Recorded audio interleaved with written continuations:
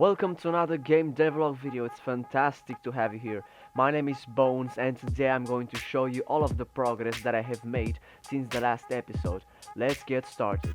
If you wish to be a part of the community, join my Discord server. Link is in the description. First of all, I have added functionality to the main menu.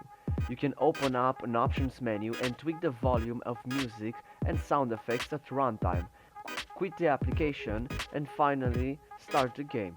I then proceeded to add a pause menu. You can press escape and the menu will appear, whilst setting the time scale to 0. From this pause menu you can go back to the main menu or access an options menu from which you can once again tweak the volume to your liking. After creating the two menus, I added the destroyer's rocket launcher's animations inside of Unity. I set up their animator controller, their states, transitions, and conditions. I then created an animator behavior for each of the states. These will control what should happen while each state is being played. Currently, the rocket launcher behaviors combined with the rocket launcher controller script will instantiate 4 missiles while the closed state of the launchers is active. After the missiles are instantiated, if the destroyer has taken damage, the launchers will begin to open, which puts the animator into the open state. The destroyer will then proceed to fire the missiles one after another, with a delay of 0.4 seconds. After that, the missile will proceed to target an invisible target off to the left and right of the screen, and switch to targeting the player after 1 second.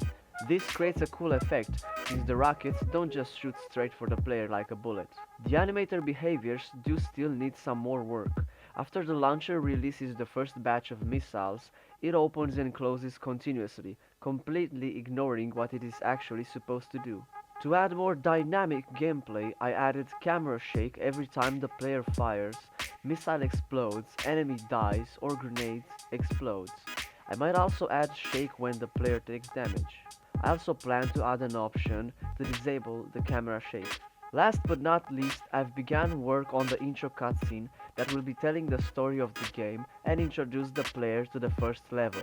With that, thank you so much for watching. If you have enjoyed today's video, likes, favorites, shares, comments, all that good stuff helps out me, helps out the channel, and most importantly, it shows me that this is a series you wish to see continue.